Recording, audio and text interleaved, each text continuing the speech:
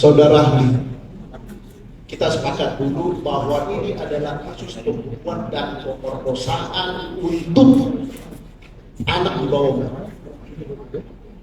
Oke, kita sepakat dulu.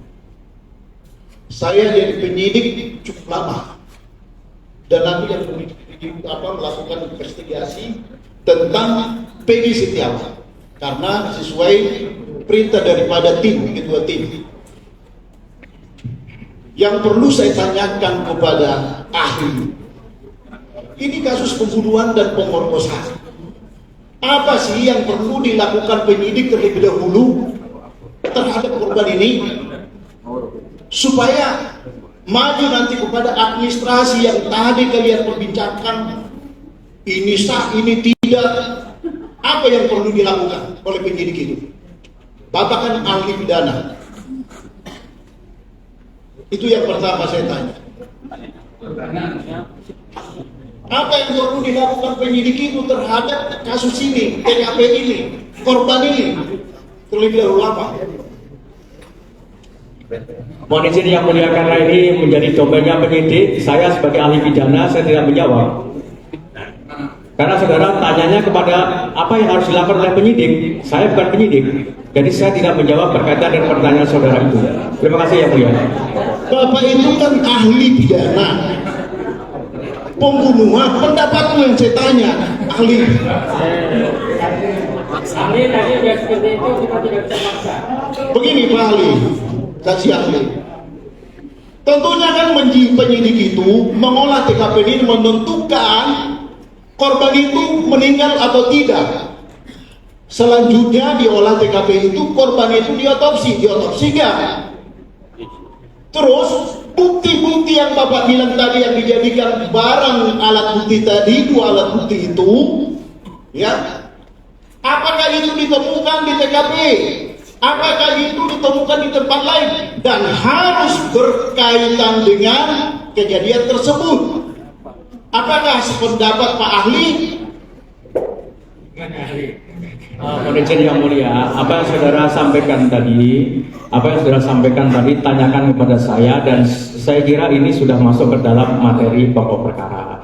Saya tidak bisa menjawab itu karena lembaga pra-peradilan ini hanya fokus terkait dengan objek pra-peradilan sebagaimana. Baik, saya lanjutkan Pak ahli. Saudara perkara pokok.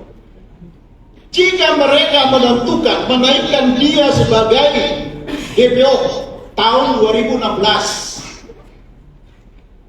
tapi penetapannya tanggal 21 Mei 2024, apakah itu sah menurut ahli? Mohon izin yang mulia, tadi dalam kaitannya dengan putusan pengadilan tadi dijadikan sebagai petunjuk, dan ketika kemudian penyidik menemukan alat bukti minimal 2, meragukan keahlianmu kalau begini.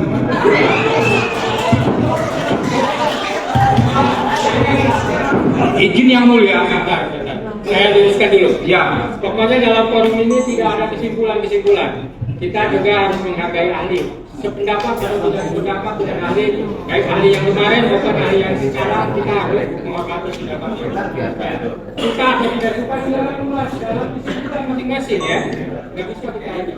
Silakan. Ya, mohon izin yang mulia, mohon izin. Ya. Kalau boleh kami mohon kepada yang mulia, mohon untuk diperintahkan kepada ahli untuk melakukan atau memberikan jawaban yang independen. Jangan sampai ditanya oleh pemohon memberikan jawaban yang memuaskan. Kalau bersama pemohon ditanya oleh pemohon selalu bilang sudah dijelaskan. Padahal sudah disebut. Ini sudah jelas semuanya. Mohon izin yang mulia. Ini ahli ini memang aturan main dari persidangan. Makanya kalau nanti dalam analisa pihak ahli, misalnya ahli yang sekarang atau ahli yang kemarin dianggap tidak berkaitan, ini poinnya ini, melakukan ini atau saling bertentangan, Baik yang mulia, kami lanjutkan pertanyaan kepada ahli. Sama-sama, menurut saudara ahli yang kemarin oke, menurut ini saksi ahli yang sekarang oke, nah, itu versinya masing-masing. Lanjut dengan pertanyaan.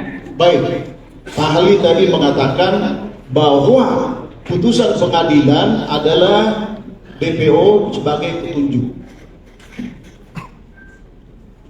Peggy Setiawan pada saat kejadian TKP di Cirebon berada di Bandung dengan saksi-saksi yang sudah didengar keterangannya di persidangan ini.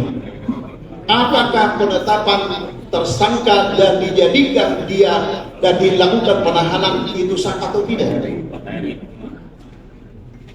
Jadi yang mulia, saya kembali menegaskan bahwa dalam penetapan tersangka yang penting dasarnya adalah minimal 2 alat bukti, Bapak. Selama penyidik menemukan minimal 2 alat bukti, maka hal tersebut bisa dijadikan sebagai dasar penetapan tersangka. Demikian yang mulia.